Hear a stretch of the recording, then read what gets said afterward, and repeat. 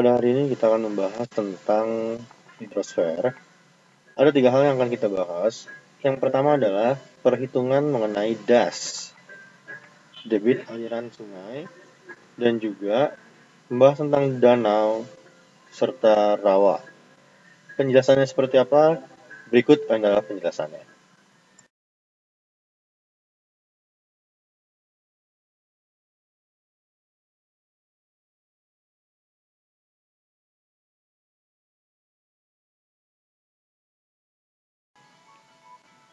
Danau.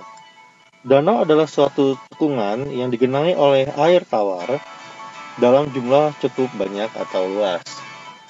Danau memiliki beberapa klasifikasi berdasarkan cara terbentuknya. Berikut ini adalah penjelasan danau-danau berdasarkan klasifikasi proses terbentuknya.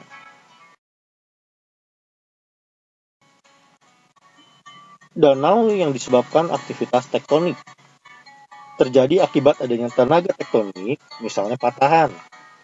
Ada beberapa danau yang menjadi contoh, yaitu Danau Poso, Tempet, Touti, dan Danau Singkarak. Danau-danau ini banyak terdapat di daerah Sulawesi. Mengapa bisa terjadi demikian? Ketika tektonik bergerak, terjadi patahan atau cekungan.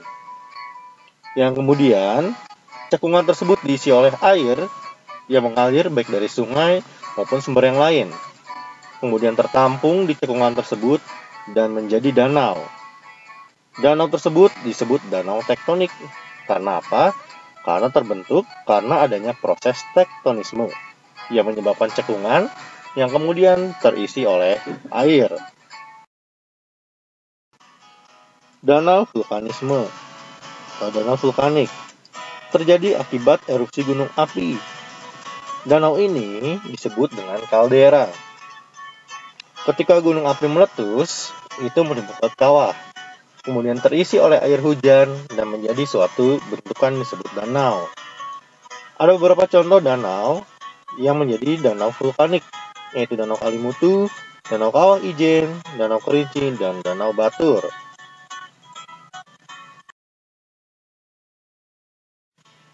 Danau tektovulkanik.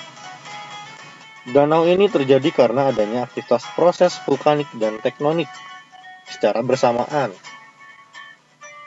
Ada di Indonesia satu-satunya yang memiliki proses vulkanik dan tektonik, yaitu Danau Toba.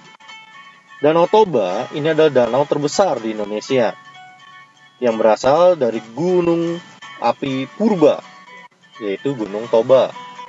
Dahulu kala ada gunung api purba, yaitu disebut dengan Gunung Toba, yang kemudian meletus dan kawahnya atau kalderanya menjadi danau, yaitu sekarang disebut dengan Danau Toba yang terdapat di Sumatera Utara.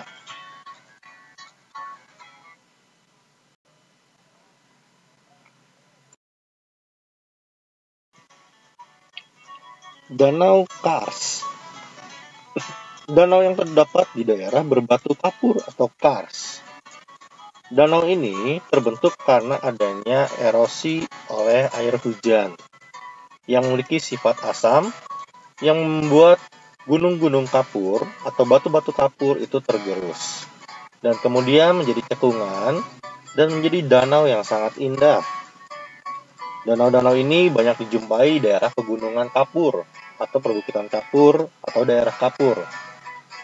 Dan danau ini menjadi salah satu objek wisata yang sangat baik dan menjadi sumber air bagi masyarakat sekitar.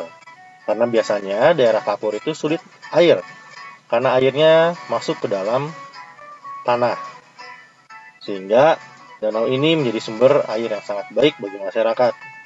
Danau ini disebut dengan Danau Kars. Danau Gletser. Danau ini adalah danau yang berasal dari mencairnya es.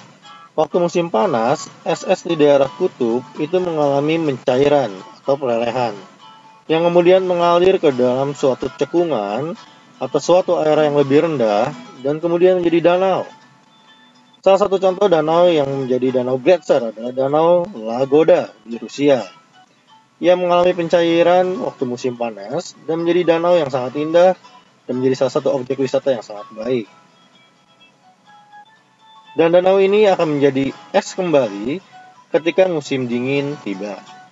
Dan kemudian menjadi danau yang mencair lagi waktu musim panas tiba. Oke, kita masuk ke rawa setelah pembahasan danau tadi. Tapi sebelumnya ada satu danau yang terlewat, yaitu danau air asin. Mengapa menjadi asin? Karena danau tersebut itu terbentuk karena adanya air laut yang meluap dan kemudian terperangkap di danau tersebut dan tidak bisa kembali lagi ke laut. Salah satu danau air asin di Indonesia ada di Nusa Tenggara Barat, yaitu Danau Satoda.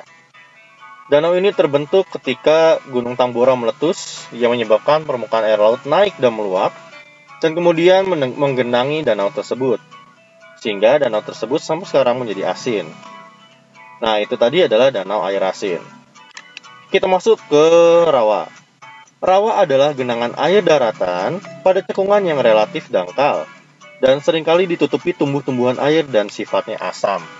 Pertanyaannya, mengapa rawa memiliki sifat air yang asam? Karena di rawa itu banyak sekali tumbuhan-tumbuhan air. Nah, tumbuhan-tumbuhan itu mati dan kemudian membusuk sehingga air rawa menjadi asam. Nah, di sini ada beberapa klasifikasi rawa. Yang pertama, rawa berdasarkan lokasinya, yaitu rawa pantai, rawa payau, rawa sungai, rawa cekungan, dan rawa danau. Berarti, rawa-rawa tersebut lokasinya atau letaknya berdekatan dengan objek-objek yang tadi saya sebutkan. Yang berikutnya di sini adalah rawa berdasarkan jenis air atau rasa. Ada rawa air asin, rawa air payau, dan rawa air tawar. Berarti rawa tersebut jenis airnya ada 3. Mengapa bisa demikian? Kalau air asin berarti rawanya mendekati laut. Air payau berarti dia dekat pantai, cuma tidak begitu dekat dengan lautan. Yang berikutnya adalah rawa air tawar, berarti rawanya di sini mendekati sungai atau danau. Atau bisa juga rawa tersebut mendapat sumber airnya dari sumber air hujan dan letaknya jauh sekali dari pantai. Yang berikutnya di sini ada berdasarkan volume air. Ada yang selalu tergenang dan tidak selalu tergenang.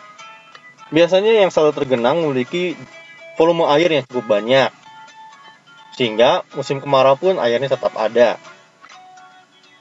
Yang tidak selalu tergenang, ini biasanya adalah rawa yang memiliki sifat ketika musim hujan dipenuhi oleh air dan juga ketika musim kemarau airnya itu surut. Dan ketika kemarau panjang, air pada rawa tersebut kering. Nah, ini adalah klasifikasi rawa. Ada 3, ingat-ingat. Ada yang berdasarkan lokasinya, ada yang berdasarkan jenis airnya, dan juga berdasarkan volume airnya. Demikian penjelasan saya terkait danau dan juga rawa. Silahkan kalian pelajari, silahkan kalian ingat-ingat lagi, karena ini akan menjadi salah satu bahan untuk ujian nanti. Oke, Tuhan memberkati.